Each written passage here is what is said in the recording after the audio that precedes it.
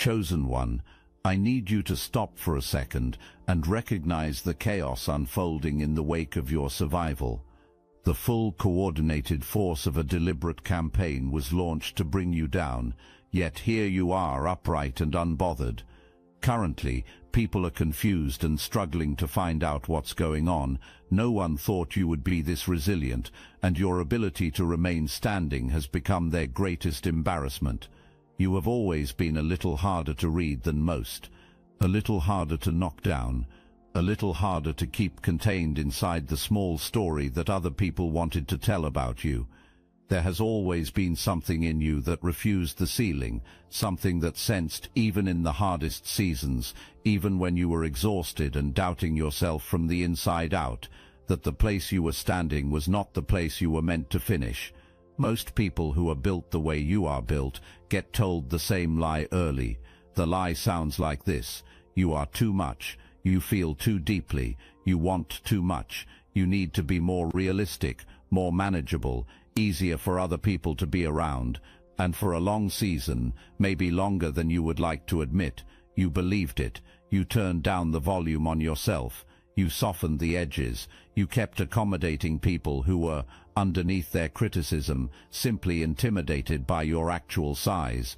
Every time you held your peace when you should have walked, every time you stayed in a situation past its natural end because you were still trying to make it work, and every time you absorbed something that should have been refused, all of that pressure was compressing something inside of you into something much harder. It was like coal being pressed into a diamond without knowing that is what is happening. You felt only the weight. You did not yet know what the weight was building. The people who are now sitting in a very confused room saw the compressed version of you. They saw the quieter one. They saw the one that had learned to move carefully through spaces that did not fully welcome it. And they made a catastrophic mistake. They thought that was your ceiling. That mistake is the seed of everything that is about to come undone for them. Hold that image. We are coming back to it.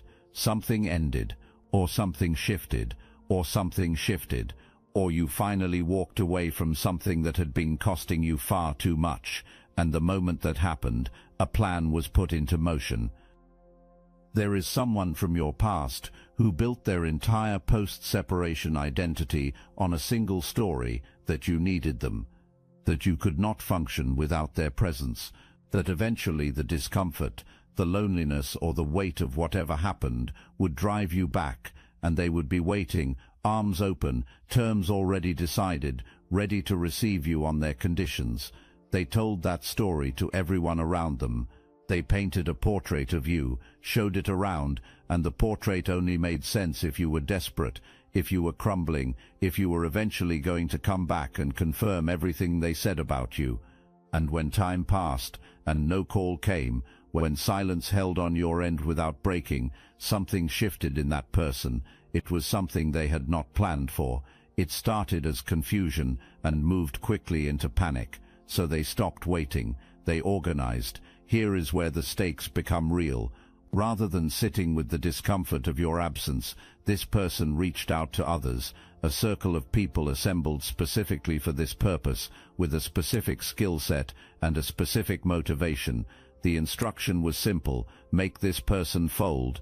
The method was not honesty, and it was not any real conversation. The method was pressure, invisible, coordinated, strategic pressure designed to get under your skin and stay there. The goal was to make you feel exposed. The goal was to make you feel ashamed and small, like something you had done or something you had been put on display for the worst possible audience.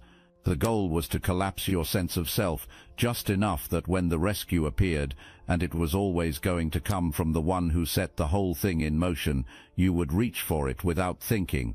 It is one of the oldest manipulation tactics that exists. Create the wound, position yourself as the cure, and then own someone through the gratitude they feel for a rescue you manufactured. But here is what this group completely failed to account for. You had already been through the fire, and the fire had already done its work. Let me tell you about the specific quality that made you unkillable to this kind of attack. It is not that you have no wounds. It is not that you are too strong to be affected or too detached to feel. You feel everything. You always have. That depth of feeling is part of what makes you who you are. But over time, through every difficult season, every loss, every moment when the ground moved beneath you and you had to find footing in the middle of shifting ground, something in you developed a skill that most people never build. It learned how to hold you steady when the floor disappears. Most people, when the floor goes, go with it. They panic. They make decisions from desperation. They reach back toward whatever is familiar because familiar, even when it was harmful, feels more solid than freefall. That is the exact mechanism this whole operation was designed to exploit. If this message awakens something within you, hype this video for other chosen ones who need to hear this. You do not freefall anymore, not because nothing touches you, but because you have fallen before. You have hit actual rock bottom, and you survived it. Your whole system carries that memory. So when the floor moves now, when someone deliberately pulls the rug, when the coordinated pressure lands, there is a part of you that does not go into crisis. There is a part of you that has been here before and already knows the outcome. You will find your footing. You always do. That is your immunity. It is not armor you put on or a decision you make in the moment.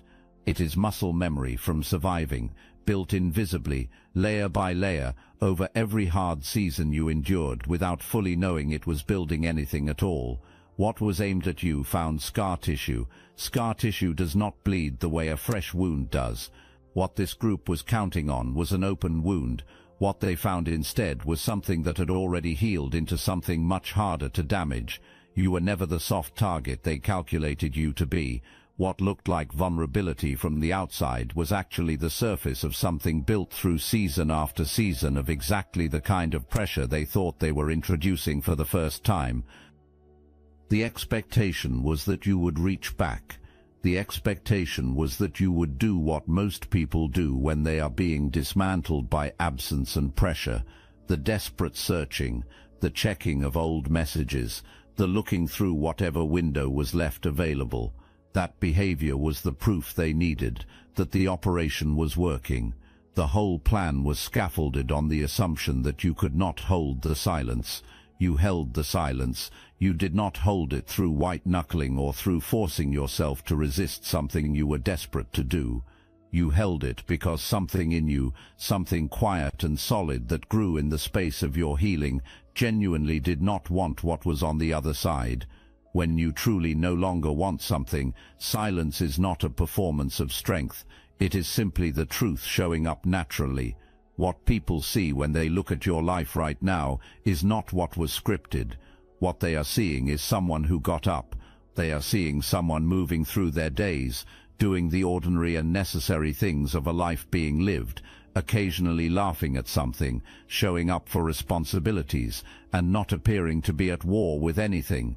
That particular, impossibly ordinary, impossibly fine version of you moving through the world is the specific thing they cannot explain. A whole plan was set in motion. Resources were deployed. People were brought in. Everything available was aimed at one outcome, and the subject of all of it is out here simply living. The embarrassment of that result is already present on their end, but the internal pressure it creates between the people who agreed this would work and staked credibility on delivering a result is compounding. An alliance held together by shared arrogance and the expectation of an easy outcome is now stuck with an outcome it cannot produce. And when people who promised results cannot deliver, they do not quietly accept it. They look for explanations. They look for someone to blame. The cracks forming in that room right now are the direct consequence of your continued, unbothered existence. Every ordinary day you live, you add to those cracks. Look, you already know the attacks weren't random, and if you're paying attention, you can feel it. Their walls are closing in. You've also noticed something else. A lot of Chosen One channels on YouTube have gone quiet, videos removed, voices pushed off the platform. The mainstream media is cracking down on us, but we will not give up our voice. So let's talk about what we're doing about it. That's why I built Destiny Engine, And when you join, you're not just supporting your favorite channels, you're also fueling your own rise. It's a 360 win. It generates personalized sequences that help you rewire betrayal into transcendence, turn isolation into sacred power, and transform their downfall into your rise. We are using the Dark Elite's own weapons against them, taking their declassified consciousness technology that programmed competition and scarcity and repurposing it to serve cooperative intelligence. The beauty is, you don't even have to lift a finger. You put on the headphones, press play, and your subconscious is rewired while your enemies collapse under the weight of their own lies. This is why I created it in the beginning, so everything they did to break you becomes fuel for your purpose. The collective upgrade is underway. Start your destiny engine for $1 today and watch divine justice accelerate in your life. Link in the description. There is something worth examining in what the people who organized against you have been doing since the plan stopped working.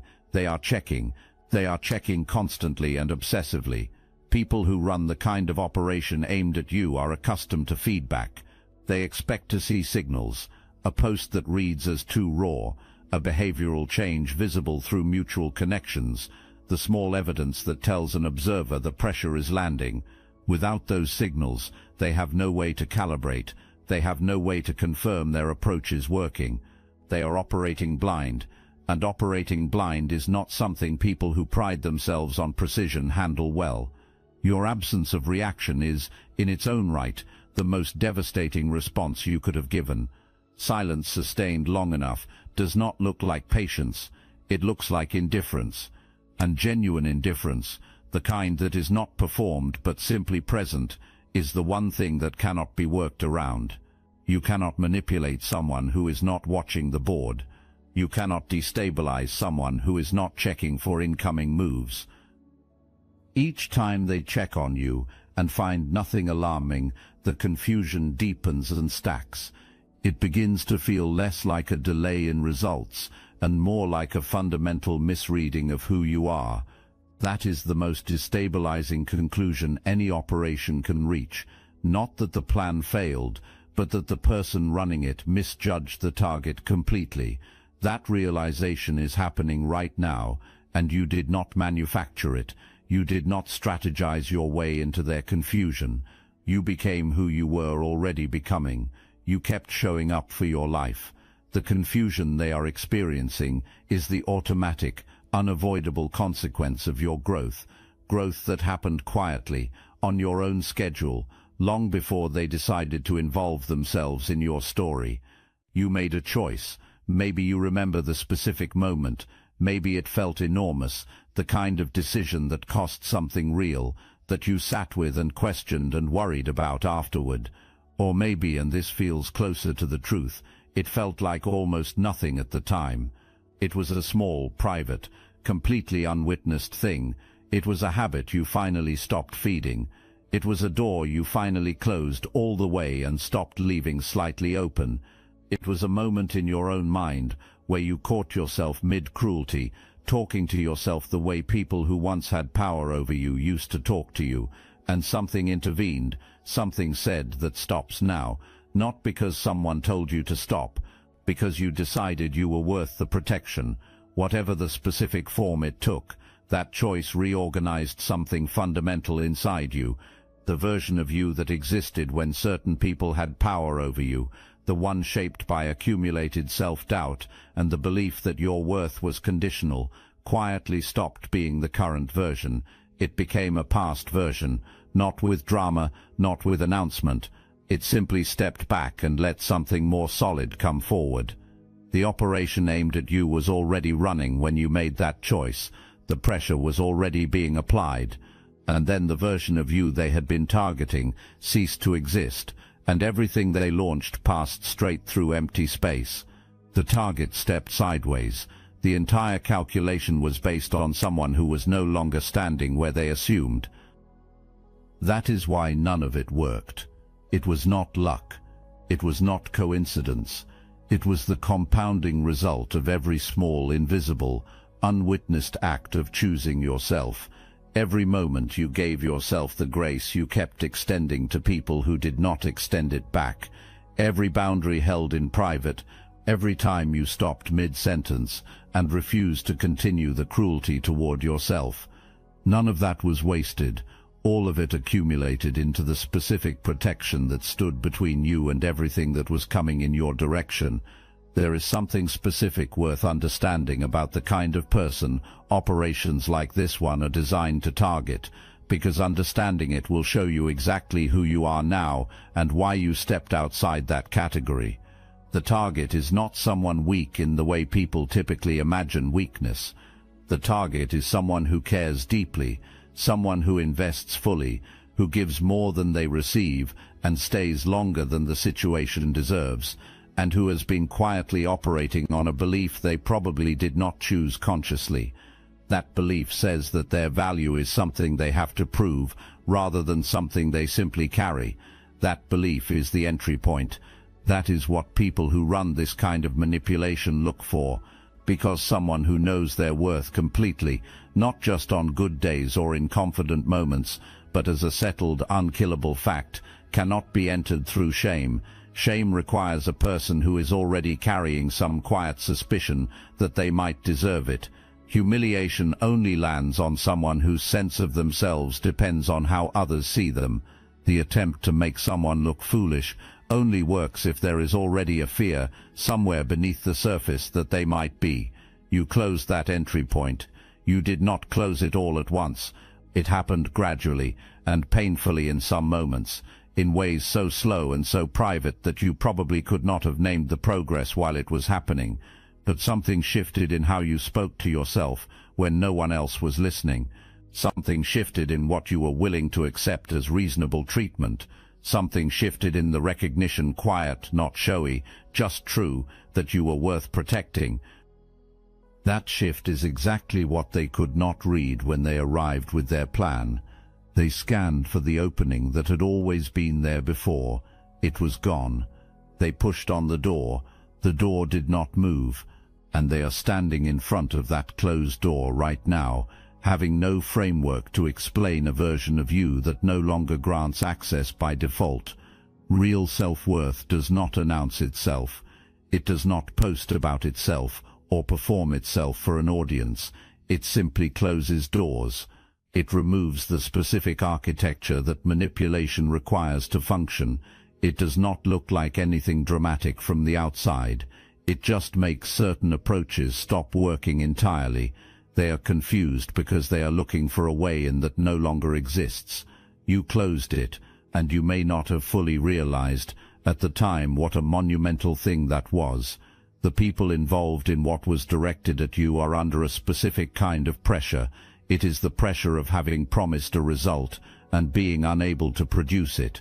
It is the pressure of having staked credibility on breaking someone who turned out to be unbreakable. That pressure is not abstract.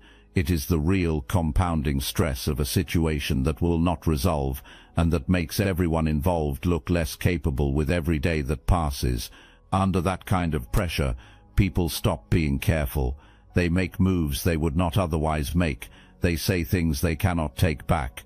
They reach when wisdom says to wait. They try escalation when what the situation actually requires is stepping back, because stepping back means admitting the target was never as reachable as they claimed. You are not doing anything dramatic. You are simply being, and your simply being okay is the most powerful thing you could be doing right now. There may be an approach coming your direction, something that looks like an attempt at reconnection or closure or genuine feeling. Do not be fooled by the packaging. What is actually being offered is access. Access to a version of you that used to be available in a way that served someone else's need for control. That version is gone. You have no obligation to respond, explain yourself, or provide the closure that someone who coordinated against you is looking to receive. Your peace is not available as a resource for people who tried to use it against you. The person from your past told a story that required your brokenness to hold together. You are not broken. The story, as a result, does not hold together, and the people that story was told to are beginning to notice the gap between what was described and what actually exists. That gap does its own work without you having to touch it. The truth is always quieter than the lie, but it lasts longer, and right now it is winning. The people who tried to make you small are spending significant energy tracking your movements, decoding your silence, monitoring whatever is visible of your life, and debating among themselves what you might be thinking or planning. Your name comes up in their conversations far more than their names come up in yours. Your behavior is being analyzed. Your silence is being interpreted and reinterpreted and is still not making sense to them. You, meanwhile, are not watching them. You are not tracking their movements or lying awake, trying to read their silence or calculating what they might do next. Your attention has genuinely gone somewhere else, not as a strategy, not to prove a point, but simply because it has moved toward the things in your life that are real and present and worth investing in. Your attention is a resource. It is time and energy and creative capacity and emotional bandwidth. They are pouring theirs into someone who is not thinking about them. You are directing yours into your work, your growth, your healing, and the people who actually belong in your life. Every ordinary day you live adds to your foundation and subtracts from theirs. You do not have to try to make this happen. It is the natural arithmetic of two different kinds of people moving in opposite directions, one moving forward, one remaining fixated. That is not irony. That is the exact justice that quiet, sustained, unbothered living produces over time. Something is arriving. It has been waiting at the edge of your life, unable to fully reach you through the noise, and now that the noise is clearing, it is moving toward you with nothing blocking its way. There is a path with your name on it, not metaphorically, a real specific trajectory made of real opportunities, real momentum, and resources that are proportional to who you have become. The reason you have not been walking it at full capacity is not because you were not ready. It is because something kept positioning itself between you and it, consuming the attention and the energy and the creative bandwidth that the path required of you. That obstruction is gone. What was behind it is now visible, and it is significant. Pay close attention to your work right now. Pay the kind of attention that is only possible when you are not constantly managing someone else's instability or rerouting your focus to keep a situation alive that was never going to survive on its own. You have that attention back now. Use it deliberately. Something was always trying to reach you through that space and simply could not get through the interference. That interference has cleared. New people are also arriving or are already on the edges of your life and moving closer. They are not the old pattern with a different face. They are genuinely different people who are encountering the version of you that exists now, rather than the version that was available when you were still compressed. These people are meeting your actual level, not the diminished one. Let them in. The life opening on the other side of this season is not a consolation prize. It is not the lesser version of something that did not work out. It is the exact thing that was always aligned with who you are, held at a slight distance by the specific obstruction that is now gone. It is proportional to your growth, and your growth has been real, deep, and extraordinary. The real goal was stagnation. When a person is held inside genuine emotional crisis, ashamed, exposed, convinced at a cellular level that they are the problem, they cannot move forward. The bandwidth required for growth is consumed entirely by crisis management. The clarity required to see new opportunities does not exist when attention is split between surviving the present and trying to make sense of what happened. The specific forward motion your life was building, the momentum you were gathering, the ground you were covering stops when the entire system is occupied with something that feels like an emergency. That is exactly where this operation wanted you. It wanted you frozen, your focus split and consumed, your energy directed into managing what someone else manufactured, rather than building what was always yours to build. But stagnation requires something from you that you did not give it. It requires the bulk of your focus, and something deep in you refused that. You processed the grief, felt the weight, and sat with what was real, and then you continued moving, imperfectly, sometimes slowly, but you kept moving. Because you continued moving, the stagnation landed somewhere else. It landed on the people who organized this, on an alliance that now cannot close a chapter that was supposed to be closed long ago, on an operation that is stuck because the outcome it needed from you never arrived. Their collective attention is locked on a situation that will not resolve. Their energy is occupied by a plan that is not producing. Their momentum has stalled. You are moving. They are stuck. And the distance between where you are headed and where that whole operation sits frozen increases with every single day you keep going. You are not a victim of what was done to you. You are the main character of a story that tried to write you out and failed. There is a fundamental difference between understanding that something was done to you and setting up permanent residence inside that understanding.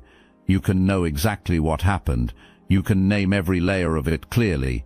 You can hold the full truth of what was organized against you and still stand completely upright inside that knowledge, not wounded by it as your identity, not performing recovery for an audience, just informed, aware, and moving. That is the posture, the only one worth having. The pain is real. You are allowed to feel it completely and without apology, the grief of what you believed something was before it revealed what it actually was, the anger that is not weakness but intelligence, the internal compass that tells you exactly what you value and exactly what you will not accept again. Anger felt honestly and moved through is not a problem. It is information. Use it to orient yourself and then keep walking. What you do not do is unpack and live there. You give the truth the space it deserves, in private, on your own schedule, through whatever process is real for you, and then you continue. Not because you are pretending nothing happened.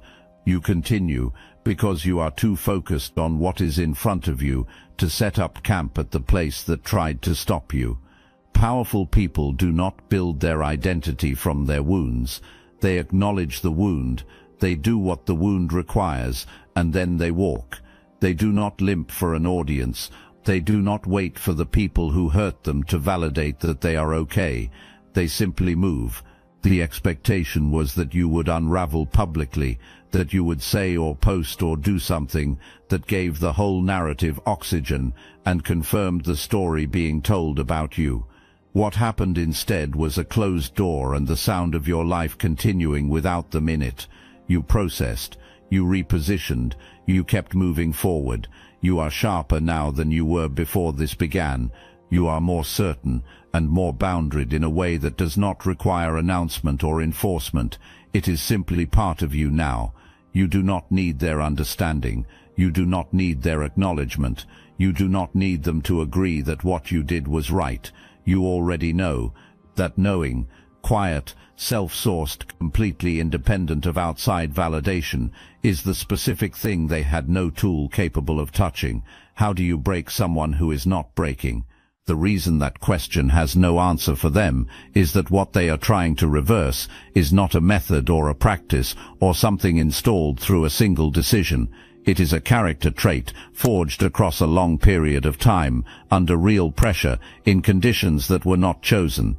It is so integrated into who you are that it no longer has a seam. You cannot find the edge of something that has fused completely into a person's nature and work it loose. There is nothing to grip. Your resilience is not something you do, it is something you became. Every season of getting back up when staying down would have been easier. Every time you found the path forward when the path was not visible, and every quiet moment you chose to continue when part of you was exhausted from continuing, none of that was just willpower in the moment. All of that was installation. It was building a character, layer by layer, that has now hardened into something that cannot be disassembled from the outside. What is being attempted against you is the application of a formula to someone. The formula does not fit. The tools being used were built for a different kind of target, someone for whom this kind of pressure is new, someone whose stability is relatively recent, and therefore relatively fragile. That is not you.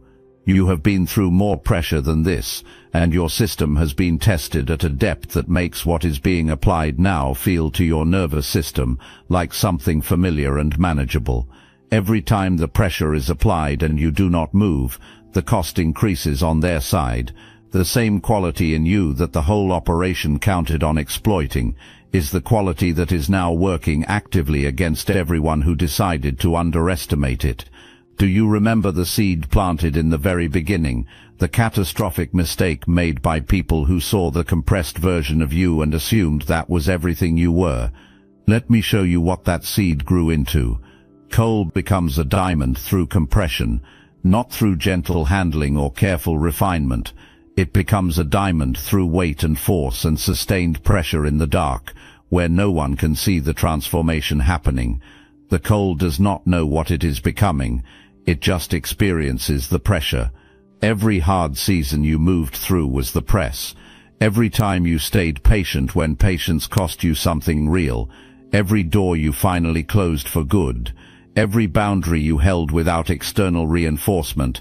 Every invisible, unwitnessed, uncelebrated act of choosing yourself over the familiar option that was slowly draining you, that was the press. What the press produced, what it has been producing the whole time, below the surface of your life without your full awareness, is what collided with a group of people who thought they were targeting something soft. They found the diamond. Now they are the ones who cannot figure out what is going on. Now they are the ones scratching through the plan, looking for the variable they missed. Nothing was missing from the plan. The plan was simply built for someone other than you. You did not beat them by fighting. You did not beat them by exposing them, or retaliating, or matching their energy, or making any public move in their direction. You beat them by being so completely unshakably yourself that there was nothing for their operation to grip. There was no wound open enough to enter, no door left unlocked, and no version of you available to play the role their plan required. Your growth outpaced their entire strategy. That is not a coincidence. It is the specific, irreversible consequence of doing the slow, private, unglamorous work of healing and choosing yourself over a long period of time. You are moving forward, healing, building, attracting real things, investing your attention in the life that was always waiting on the other side of the obstruction. You are working with a clarity and a focus that simply were not available before, because the space that was consumed by managing something unstable is now yours again. You are growing in ways you may not fully see yet, because the growth is still happening underground, the way roots always do before anything is visible above the surface. The other side of this is explaining itself, covering tracks, and maintaining a version of events that keeps not matching the reality you are actually living. The people who organized this are running out of time on an outcome that was never going to arrive. You did not have to lift a finger to produce that. You just had to keep being you. You are not just standing, you are moving, you are clearer than you have been. You are more certain and more aligned with the specific life that has always had your name on it, the one that always required exactly this version of you, the one built through exactly this kind of pressure in order to step into it fully. The smile that has been confusing and infuriating the wrong people since this began is not a performance of strength. It is not pretending. It is the specific, unmanufactured expression of someone who got through something designed to break them and came out the other side more fully themselves than when they went in. It is the expression of someone who knows, not because they were told, not because they proved it to anyone, but because they have lived it, that they are exactly where they are supposed to be. That knowing lives in you. It does not live in what people say about you, or in your public image, or in how a room you were never invited into chose to discuss you. It lives in you, It was built by you, out of every piece of fire and pressure and invisible choosing that made you the person you are right now. You are not a target. You never were. You are the one who does not fold. You are the one who holds the silence without gripping it.